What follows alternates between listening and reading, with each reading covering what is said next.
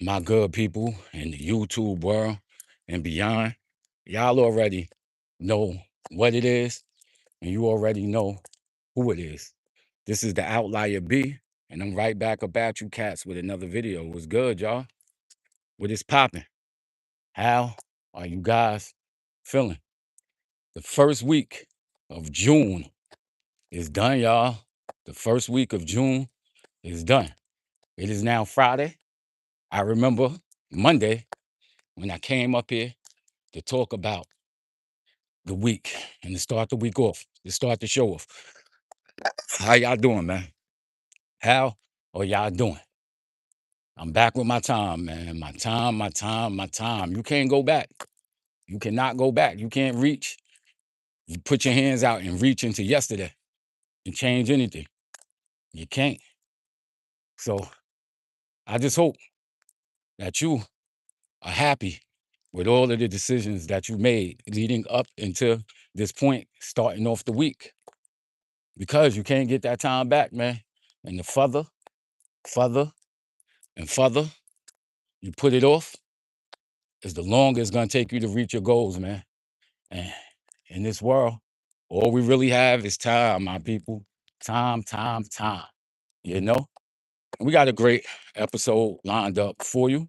We're gonna preview game 2, if we could get to it. I'm gonna talk a little bit about work.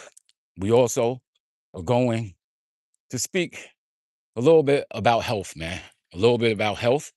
And I'm letting y'all know, man, from my 46-year-old perspective, from my 46-year-old perspective. And I look at my demographics on the show every single day. Every single day, I look at them demographics and I see the people that's listening to my show. And I'm really in the age bracket where I think YouTube has found me, which is great. That's like between 24, 35, then 35 to like 45.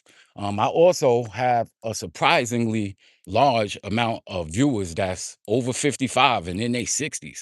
So what's up, man? What's up? What's up? What's up? So all I could tell you guys is from my perspective, man.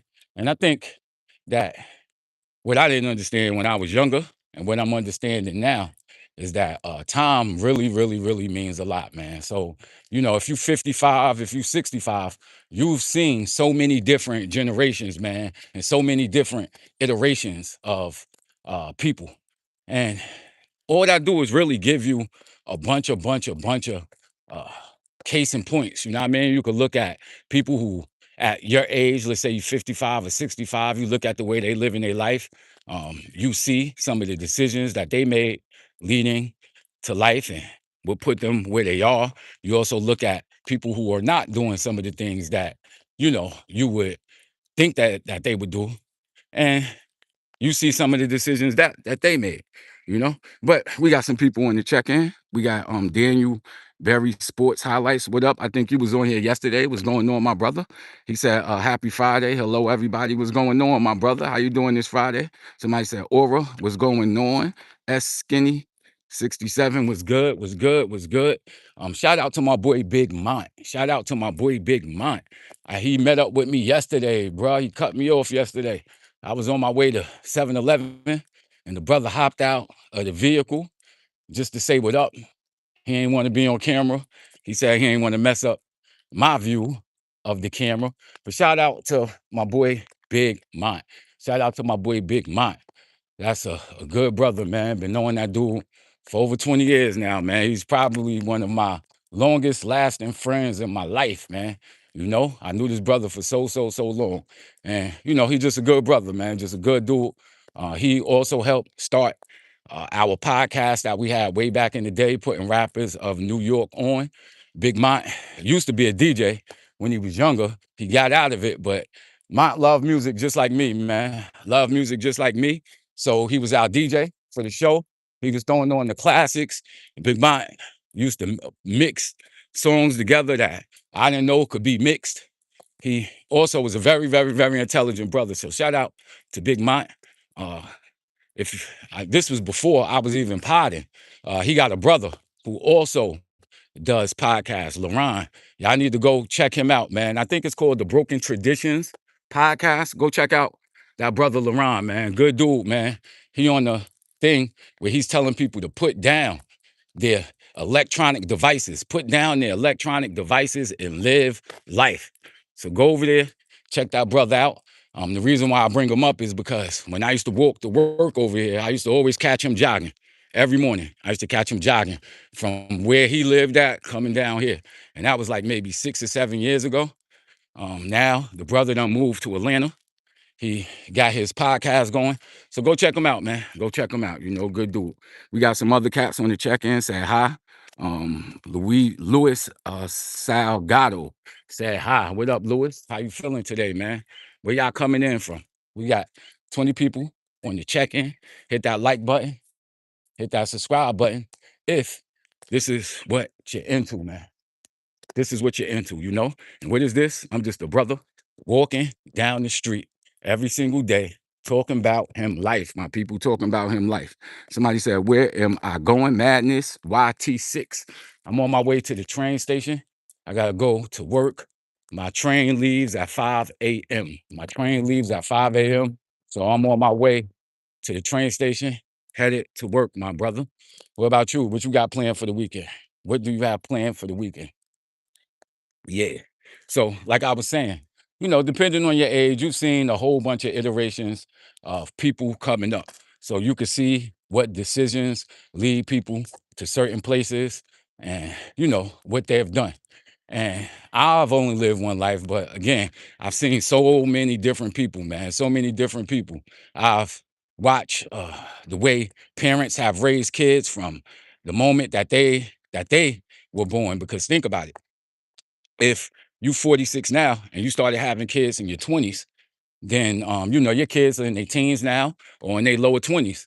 So I've seen the way parents raise their kids. I've seen the way the people who I grew up with grew up and some of the decisions that their parents gave them and how they were raised, you know, just looking at from generation to generation. And you start to see certain signs and signals that transcend generation to generation, you know. And one thing I'll tell you this, right? I've had people that I grew up with where their parents really didn't instill like school or a sense of certain type of responsibility toward them. And, you know, I see how they grow up, right? And now I'm looking at their kids, and now their kids are 17, 18. And I'm looking at some of the way that their kids are brought up in, you know, they're not getting into structured programs. So some of them are just, you know, wasting time right now. They 18, 19, didn't think about college. A lot of them not going to college. Some of them just entering directly into the work field. And it's like, you know, I'm not gonna say a dead end job because, you know, you're getting experience working, but I've seen that. I've also had friends who made sure that their kids focused on school. And a lot of these people come from extreme poverty, my people. A lot of them are immigrants, and they were the first generation into this country. But they instill a sense of going to school, a sense of acing grades. And those are my friends who kids are now. Some of them are, I'm gonna tell you, I got two friends exactly. Both of their daughters, yo, and both of them are under 30. Both of the daughters are under 30, 26, 27-year old. They making over $200,000 now because their parents instilled in them that, you know, go to school, get into something that you like. And both of them one got into marketing and the other one got into the medical field. And both of them are killing them right now. I compare that to my friends who didn't instill a sense of school, a sense of, skills, and their kids are just drifting. Also, got a friend now whose daughter, another one, she has a master's. So she instilled that into her kids. And what happened is, you know, now her daughter is a computer science major, just like her father. She has an internship and she's only a sophomore. So it's like I'm looking at these decisions and, you know, you can see a lot of times where kids go. I've also had people that I grew up with. Somebody said cheaper Bob. Somebody, hold on, here we at. Somebody said, what up, outlier? Oh, Mega on the check-in. What up, my boy? How you feeling, man? Chilling? How you been, brother? I've been watching your stuff, man, on Instagram. You a funny dude, man. Yo, you a funny dude, man. You be having, yo, I be on the train just trying to chill, and I'm watching some of your stuff, man. I'm like, yo, this dude is hilarious. So shout out. We got somebody else on the check-in said, love this, my girl Chloe. What up, Chloe? How you doing today? I do remember you. You already know. Somebody said cheaper by the dozen neighborhood. What that's supposed to mean? Cheaper by the dozen neighborhood. We got somebody else on the check-in said that's Long Island. You couldn't afford to live there. Y'all stupid, man. Appreciate you, bro. No problem, Breeze. No problem. So yeah, definitely, man. So I've seen different generations, man. I've even had people who parents were gangsters, man. I'm telling you, who parents were gangsters and they raised their kids to be the same way. And you just see those outcomes, man. You most definitely see those outcomes. So what I'm saying is that the more you live, the more experience you have, the more case studies you have, and you just see certain things. You definitely see certain things. And one of the biggest things that I've seen is health, man. Health, health, health. I'm telling you, yo. I'm telling you. Y'all don't want to be like me or some of the people that I know. Like I took my health for granted in my 20s. Strong kid. Played sports my whole life. Strong. Did all of that type of stuff. But I took my health for granted, meaning I was drinking all the time. I wasn't getting a lot of sleep in my youth. Wasn't doing any of that, man. And by 26, I got sick with pancreatitis, man. By 26, I got sick with pancreatitis. My life was saved, almost died. Then in my 30s, I still wasn't really paying attention to my health because I was still drinking like crazy. I was a diabetic, eating anything that I wanted to eat. I got a stomach condition where my body doesn't absorb all the nutrients from my food. So I got to take pills because, again, it took out my pancreas. I wasn't really paying attention to the things that I was eating. And at 40, when I started turning into my 40s, that stuff really wasn't bothering me in my 30s. But as I started getting older, man, 40, I started hitting 42, 43, 44. My body really, really, really started to fight back, yo. And at 46, I wasn't really feeling right, yo.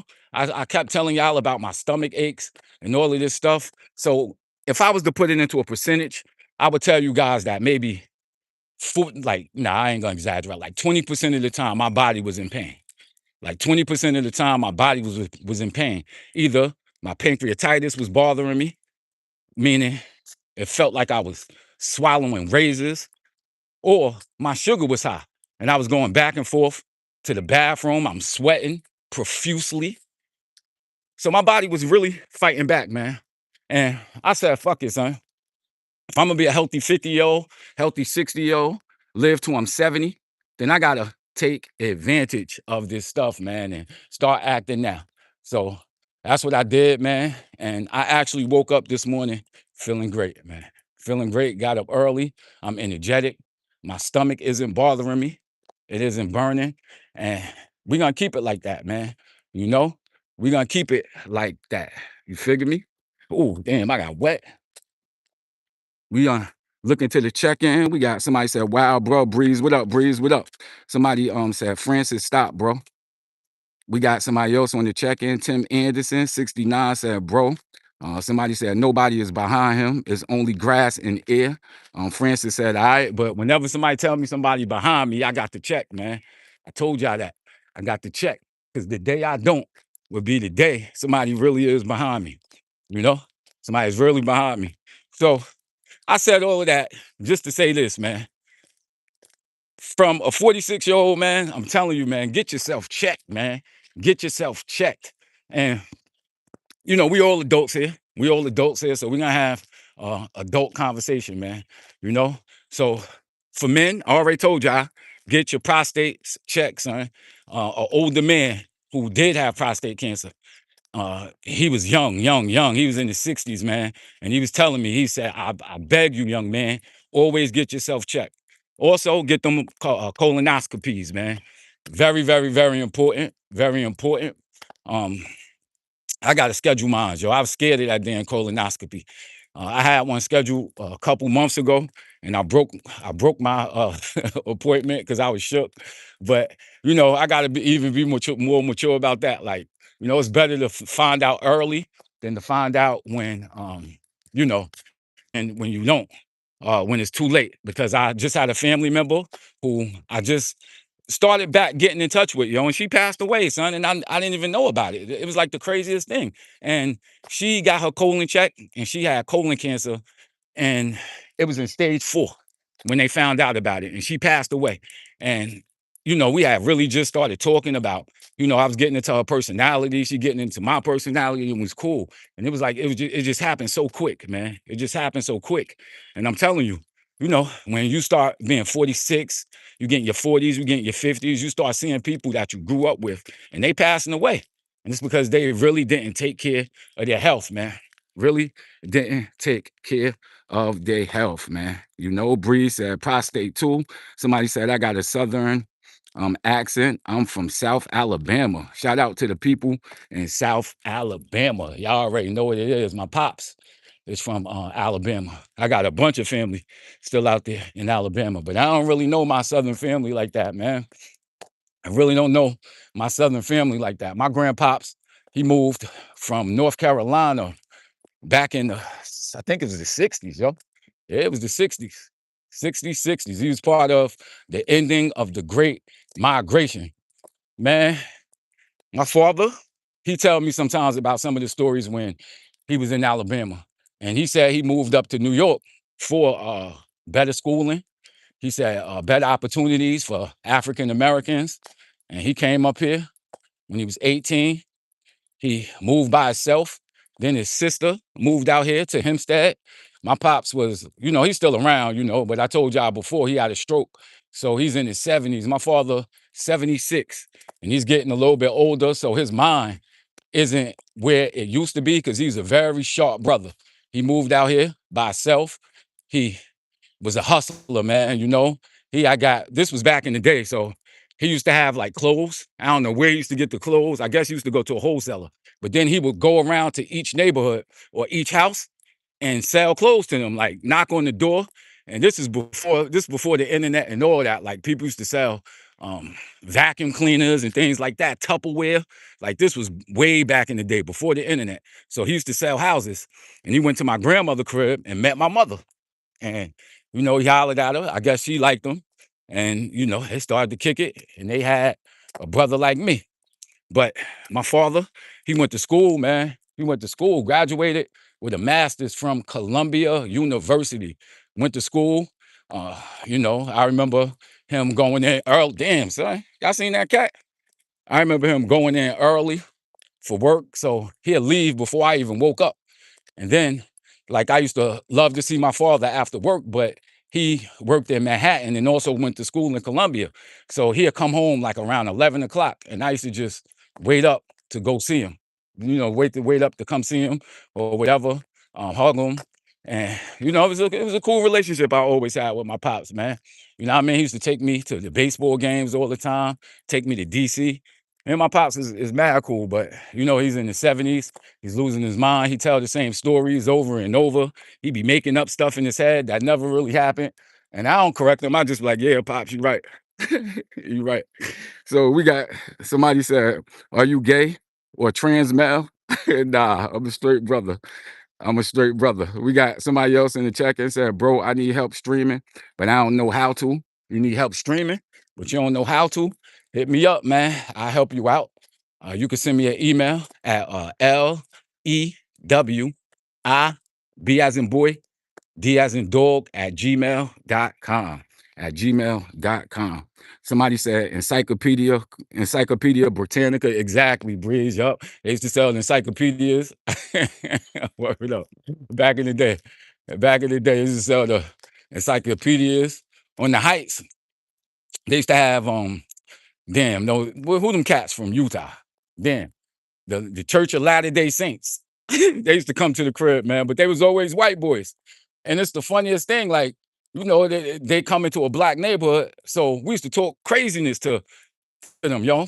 And they used to always be scared. But it was this one gangster, son. He was a gangster. And he'll fight everybody, yo. Fight everybody, win or lose. He'll fight everybody. People be yelling at him, trying to intimidate him. But homie will fight everybody, man. It was the funniest, craziest thing, man. You know?